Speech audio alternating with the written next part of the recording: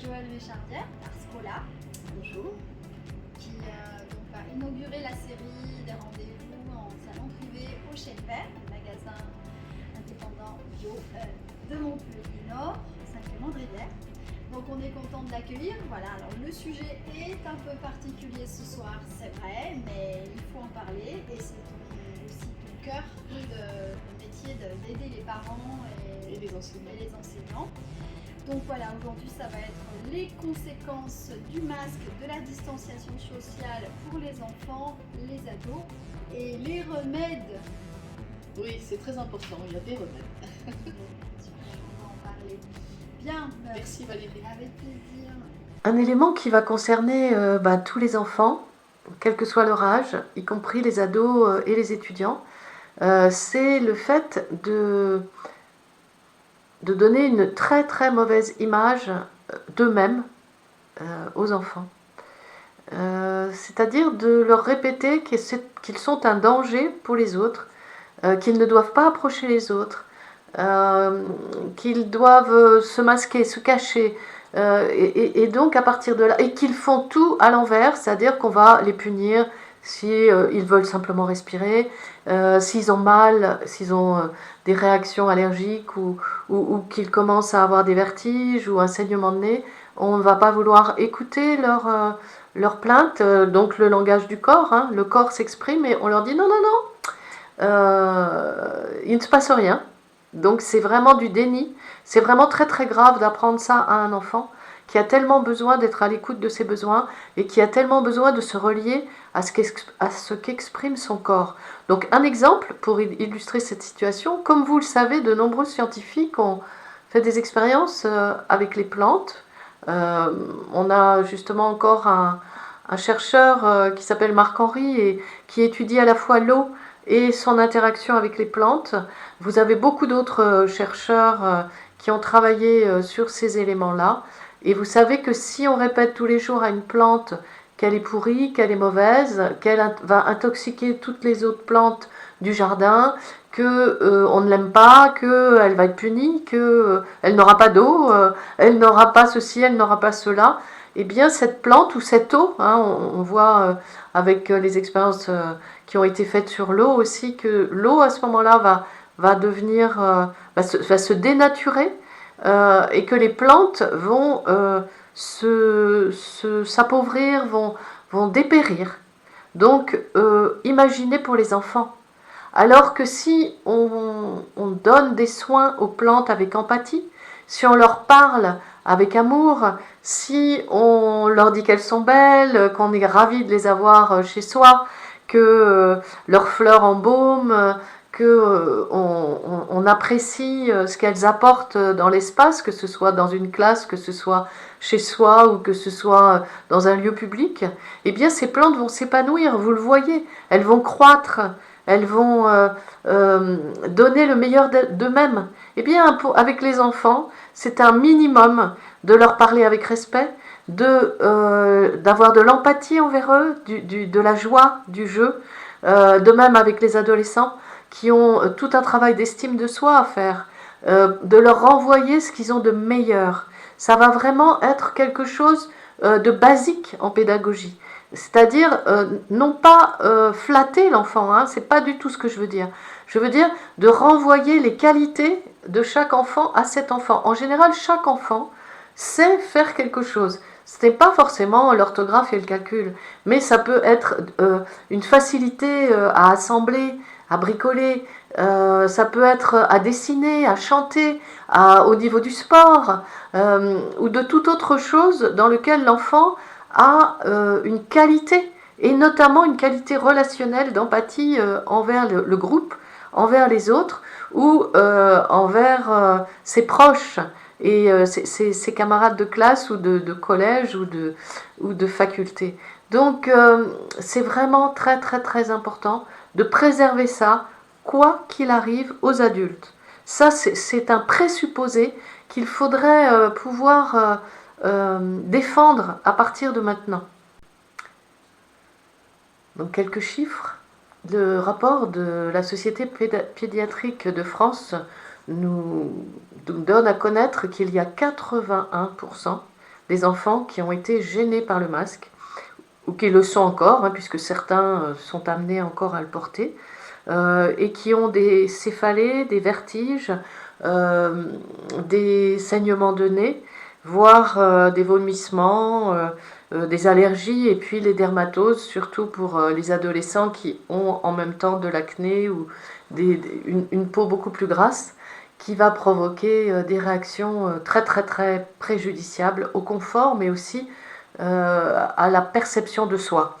Nous avons encore 67% des enfants qui ont des troubles de l'humeur. Qu'est-ce que c'est les troubles de l'humeur? Ce sont des phobies, notamment les phobies sociales, hein, les enfants qui tout à coup ne veulent plus sortir de chez eux.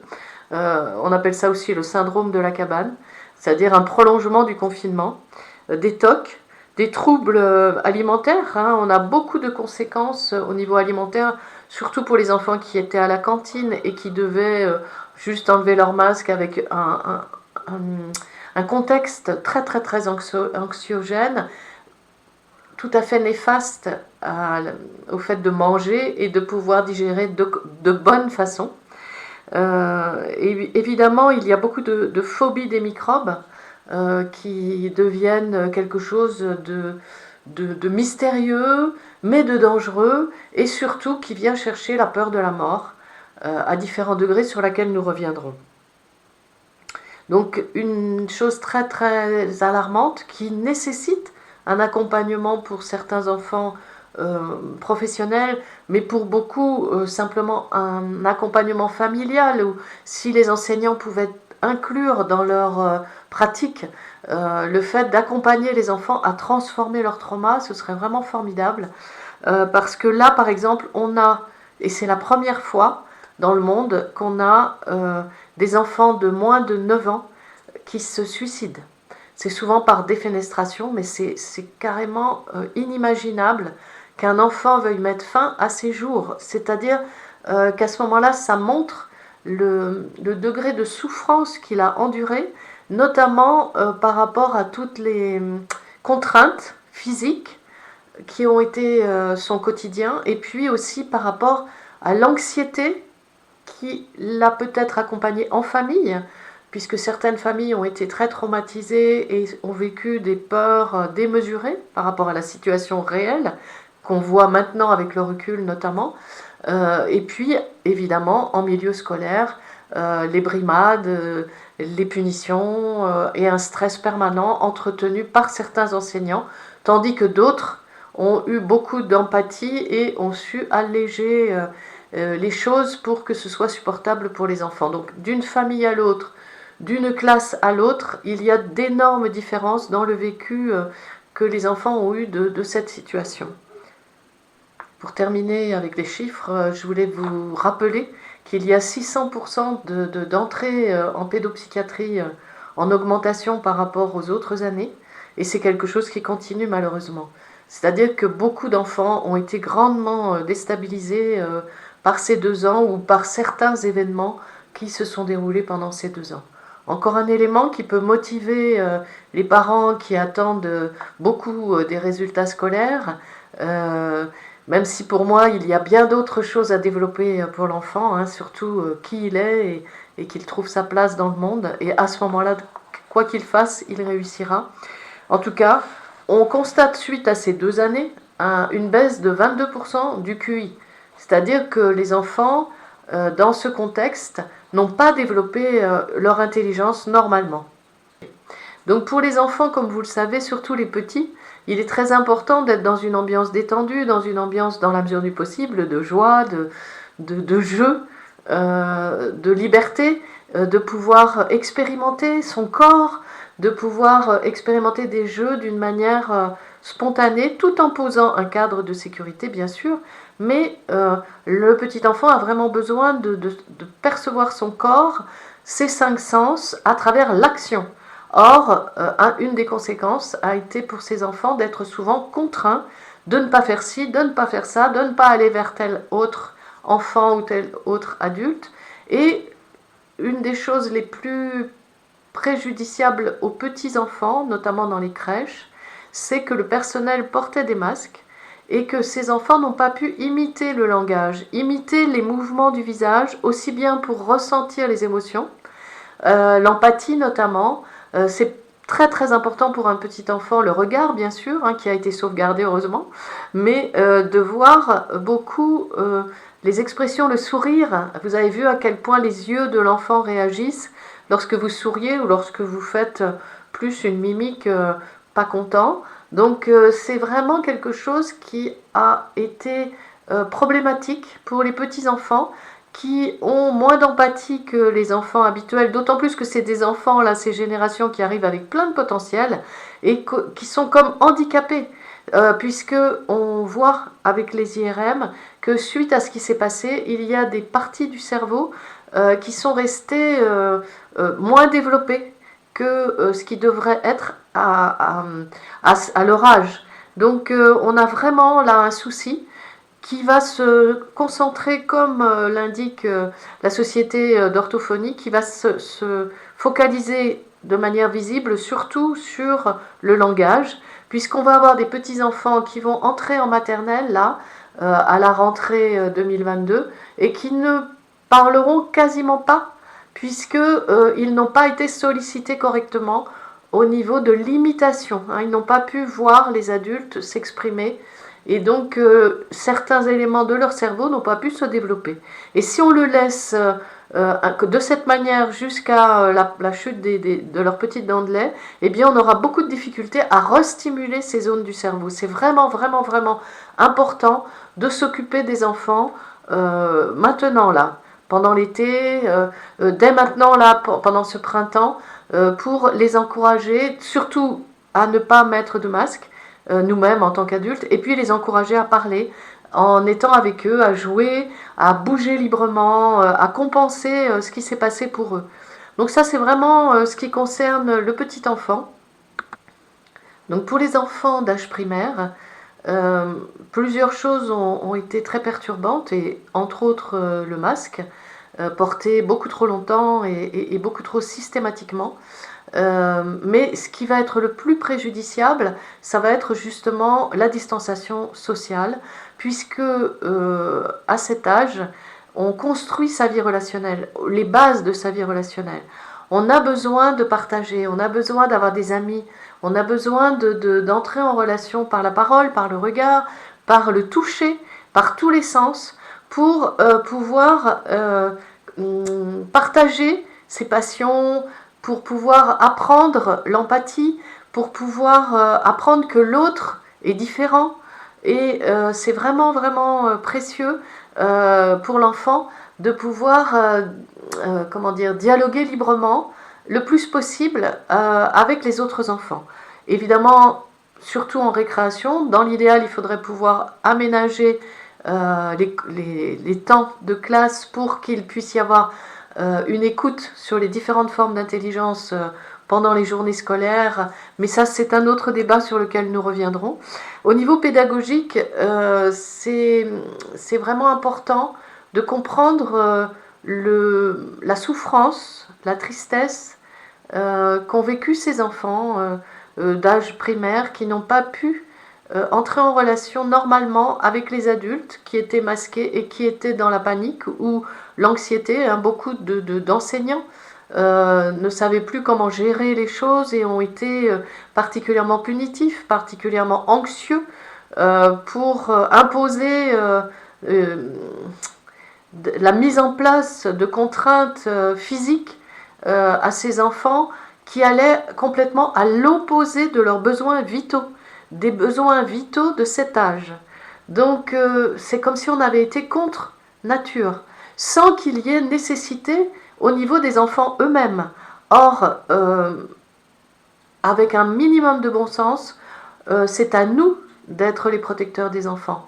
C'est à nous d'être même les remparts pour interdire qu'il se passe certaines choses à l'école ou à la maison. Et on voit qu'au contraire, les adultes ont poussé à ce que soient mises en place des attitudes antipédagogiques, des attitudes destructrices pour l'épanouissement de l'enfant à cet âge-là. Hein, c'est-à-dire que interdire à un enfant d'entrer en relation à l'âge de l'école primaire, est très très traumatisant. D'autant plus qu'il n'y avait pas de raison majeure pour ces enfants, puisque c'était aux adultes de se protéger eux-mêmes, ou aux adultes de protéger les adultes, hein, comme on l'a déjà évoqué, qui étaient fragiles ou âgés et qui avaient déjà d'autres problèmes de santé, mais en aucun cas de contraindre les enfants à ces restrictions sur leurs besoins vitaux relationnels pour la tranche d'âge dont on parle. Donc ceci peut expliquer pourquoi des enfants de 9 ans, voilà, donc comme nous l'avons déjà vu dans la vidéo sur les adolescents ou dans tout ce que la pédagogie Ars Scola développe sur les adolescents, leur grand défi c'est de développer leur pensée. Donc de pouvoir avoir du discernement, de pouvoir réfléchir, de pouvoir se questionner sur des situations et analyser, faire des choix, se faire leur opinion et être respectés dans leur opinion et dans leurs différences de souhaits, de goût. Donc ça c'est quelque chose de fondamental. C'est ce qui va leur permettre de maîtriser leurs émotions, hein, qui sont fortes et qu'ils ressentent beaucoup plus directement pendant l'adolescence. Donc cette acquisition d'une pensée forte est essentielle pour les adolescents, pour les étudiants. Et on voit qu'ils ont été contraints à beaucoup d'obéissance, beaucoup de soumission, justement tout à l'inverse de leurs besoins fondamentaux. Et en plus, le masque est venu cacher leur visage alors qu'ils sont vraiment à une étape où le qui suis-je est fondamental, c'est-à-dire trouver mon identité, trouver ma spécificité, trouver ma vocation, trouver qui je suis, ce que je veux dans la vie, où il est mon chemin de vie. Tout ça, c'est des questions fondamentales à l'adolescence et encore plus lorsqu'on est étudiant. Donc c'est vraiment dommage qu'il a été imposé à ces jeunes de mettre un masque. Le mal est fait. Donc maintenant, il faut vraiment les encourager à retrouver l'estime d'eux-mêmes, à retrouver l'estime de leur visage, de leur relation directe. Hein. On a déjà tout ce qui se passe avec le virtuel qui vient handicaper la relation en direct, qui peut devenir délicate à cet âge. Et c'est si important au contraire de favoriser les échanges, de favoriser la créativité en commun. Je parlais des jeux de rôle, mais le théâtre est une activité formidable pour les adolescents, pour les jeunes. Et la musique, on avait parlé de l'orchestre précédemment.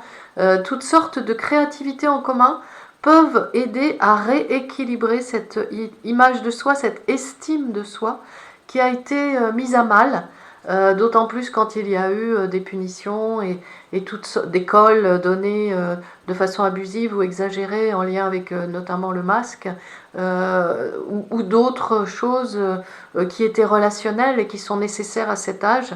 Donc n'hésitez pas à dialoguer avec les jeunes et dans l'idéal que les enseignants dialoguent et respectent le point de vue des jeunes et les encouragent à se questionner sur tout ce qui se passe et sur ce qui s'est passé pendant ces 2 ans et de respecter qu'ils puissent avoir un point de vue différent les uns des autres et qu'ils puissent avoir un point de vue différent de celui qui est préconisé et donc de les encourager à être originaux, à être créatifs, à pouvoir avoir leur opinion, à ne pas obéir bêtement, sans réfléchir. Ça, c'est vraiment important, de respecter qu'ils puissent dire leur opinion et se différencier. Ça, c'est vraiment très, très, très important. Donc, je vous encourage à prendre du temps pour les respecter, pour changer d'énergie. Hein, j'insiste beaucoup là-dessus, mais c'est vraiment très important parce qu'ils ont été malmenés. On leur a renvoyé une image d'eux-mêmes terrible et culpabilisante. Et donc il faut compenser maintenant. Non pas en rajoutant, hein, comme je l'ai déjà dit dans la flatterie, pas du tout, mais en leur renvoyant leur qualité, leur bien, leur originalité, et en les encourageant à penser par eux-mêmes. Ou même encore, entre 9 et 11 ans en tout cas, se sont jetés par la fenêtre tellement ils étaient désespérés. Dans ce monde-là, ils n'avaient plus leur place. Donc voyez un peu ce qu'on a provoqué en tant qu'adulte. Là, je ne dis pas ça pour vous culpabiliser. Je dis ça pour réveiller les consciences et qu'il y ait vraiment un engagement qui soit pris pour que cela n'arrive plus. Donc on a l'exemple de l'association Les Mamans Louves et les Papas Loups qui mettent en place des choses formidables pour aider les parents, aider les enseignants à transformer la situation et à ce qu'on n'en reste pas là. Donc je vous encourage vraiment à écouter leurs vidéos et à aller voir leur site et à participer aux rassemblements qui ont lieu dans différentes régions et qui permettent aux parents de se soutenir les uns les autres et d'avoir une juste attitude vis-à-vis des autorités et des contraintes qui sont suggérées, voire des contraintes qui sont juste proposées et qui deviennent tout à coup des obligations alors que personne n'était dans cet état d'esprit initialement. Donc c'est vraiment important pour vous de vous renseigner et de vous relier à cette association. Alors les remèdes pour les enfants, pour les adolescents, pour les étudiants aussi, c'est vraiment important de dialoguer avec bon sens sur ce qu'ils ont vécu et l'inconfort, les traumas, les chocs qu'ils ont vécus, dont ils n'ont pas parlé parce qu'ils n'en avaient pas la possibilité, on ne leur laissait pas l'espace, surtout dans les collectivités, mais parfois même dans les familles, puisqu'il y avait un stress ambiant et certaines familles n'ayant pas encore eu les informations nécessaires, n'avaient pas forcément le recul pour pouvoir eux-mêmes soutenir les jeunes. Hein, c'est la raison pour laquelle je vous ai proposé une vidéo justement sur l'enfant intérieur, puisque beaucoup d'adultes et d'enseignants ont d'abord besoin de réconforter leur propre enfant intérieur, ont besoin de ressourcer leur propre être intérieur avant de pouvoir aider les enfants et les ados. Et c'est urgent. Donc il est vraiment important de se donner les moyens d'être plus solide en tant qu'adulte et de trouver des sas de paix, de calme, de bienveillance pour dialoguer avec les enfants, revenir sur ce qu'ils ont vécu en douceur, sans les forcer, peut-être sur plusieurs fois, de manière à ce qu'ils puissent libérer les souffrances de leur corps qui n'ont pas été exprimées, les souffrances de leur cœur qui n'ont pas été entendues, les malentendus, nombreux qu'ils ont dû subir, plus ou moins, évidemment. Et puis le fait de pouvoir tirer des leçons avec eux et dire effectivement qu'il y a eu des erreurs, que les adultes ont fait des erreurs, qu'il y a eu des choses exagérées et ou inadaptées, et s'excuser auprès des enfants. C'est important que les adultes puissent s'excuser auprès des enfants. C'est important que des enseignants puissent s'excuser auprès des enfants en mesurant le mal qui s'est mis en place. C'est tout simple et c'est remettre la vérité au centre des relations. Remettre le bon sens au centre des relations et la protection. C'est-à-dire que les enfants, les ados, les étudiants se sentent à nouveau confiants envers les adultes qui les accompagnent et qu'on puisse considérer que la vérité circule entre eux. Donc, évidemment, c'est une étape qui va être plus ou moins facile selon l'ampleur des dégâts, puisque plus l'enfant est traumatisé, moins il aura de facilité à revenir sur les situations parce qu'elles sont simplement douloureuses et qu'il n'a pas envie de réveiller ses souffrances. Il a mis un couvercle dessus et, comme les adultes, voyez la difficulté qu'on a avec les adultes pour qu'ils reviennent sur ces moments et qu'ils puissent en tirer des leçons et retrouver leur équilibre simplement. Donc vous imaginez que pour les enfants, c'est plus compliqué. Ce qui va être intéressant, par exemple, ce qu'on utilise beaucoup dans la pédagogie Ars Scola et ce que j'utilise aussi beaucoup en consultation, c'est l'art-thérapie. C'est-à-dire qu'on peut passer par le non-verbal. Lorsqu'il y a des choses lourdes, et pour les adultes aussi, n'hésitez pas, vous pouvez passer par le dessin, le modelage, toutes sortes de jeux de rôle, notamment avec les adolescents, où on va jouer avec les situations. On va en rire, on va les rejouer, peut-être en pleurer s'il le faut, mais peu importe, ce qui compte c'est de remettre en mouvement ce qui a été bloqué pour arrêter de souffrir. C'est-à-dire que beaucoup d'enfants ont cessé de se plaindre, ont cessé d'exprimer leurs besoins. C'est pour ça qu'on en est arrivé jusqu'au suicide de certains, sinon on n'en serait pas là.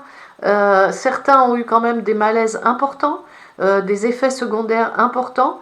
Donc, s'ils avaient pu s'exprimer au fur et à mesure et qu'ils avaient été entendus, on n'en serait pas là. Donc, il faut tenir compte de ce contexte, plutôt que de culpabiliser ce qui n'avance à rien, hein, c'est plutôt d'utiliser les outils qui vous conviennent en tant qu'adulte et de pouvoir accompagner les enfants dans cette résilience en amenant un côté ludique, en amenant un côté surtout de dédramatisation et en leur proposant de remettre en mouvement des événements, des situations qui les ont choqués, des paroles qui les ont choqués, des images, si la télé n'était pas assez vite éteinte, hein, j'espère que maintenant vous l'avez éteinte,